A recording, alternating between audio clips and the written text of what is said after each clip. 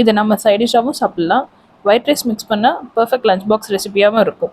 Beetroot பொரியல் எப்படி செய்கிறதுன்னு பார்க்கலாம். அதுக்கு ஒரு வானலில் எண்ணெய் ஊற்றி 1 டீஸ்பூன் கடுகு, 1 டீஸ்பூன் உளுத்தம்பருப்பு, 1.5 டீஸ்பூன் கடலைப்பருப்பு, 1 கொத்து கருவேப்பிலை எல்லாமே ஆட் பண்ணி பொரிஞ்சு வந்ததுக்கப்புறமா ஸ்லைஸ் பண்ணி வச்சுருக்க ஒரு மீடியம் சைஸ் வெங்காயத்தை அது கூட ஆட் பண்ணிக்கலாம்.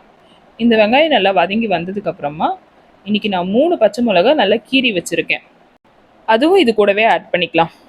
நீங்கள் எந்த ஊரில் இருக்கீங்க, உங்கள் ஊரில் தித்வாவோட எஃபெக்ட் எப்படி இருக்குது அப்படின்னு சொல்லிட்டு கமெண்ட் பண்ணுங்கள். இங்கே வந்து ரொம்ப மழை அதிகமாக இருக்குது.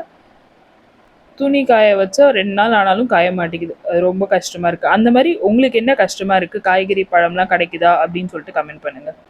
இப்போ நம்ம வதக்கி வச்ச வெங்காயம் பச்சை மிளகாய் எல்லாம் வதங்கினதுக்கப்புறமா துருவி வச்சுருக்க பீட்ரூட்டை இது கூடவே ஆட் பண்ணிக்கலாம். நான் இன்றைக்கி வந்து 4 மீடியம் சைஸ் பீட்ரூட் எடுத்திருக்கேன்.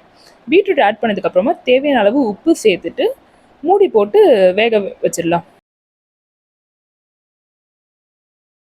பீட்ரூட் வந்து நம்ம துருவியும் போடலாம், இல்லை சின்ன சின்னதாக கியூபாக கட் பண்ணியும் போடலாம்.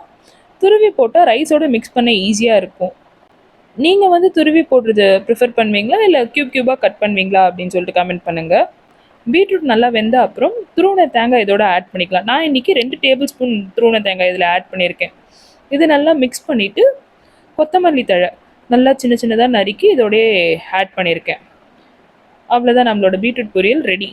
இதை வந்து நீங்கள் சாம்பார் அதோட சைட் டிஷ்ஷாகவும் சாப்பிட்லாம், இல்லை ரைஸ் மிக்ஸ் பண்ணி பீட்ரூட் சாதமாகவும் சாப்பிட்லாம். உங்களுக்கு பீட்ரூட் சாதம் பிடிக்குமா, உங்கள் குட்டீஸ்க்கு பிடிக்குமா அப்படின்னு சொல்லிட்டு கமெண்ட் பண்ணுங்கள்.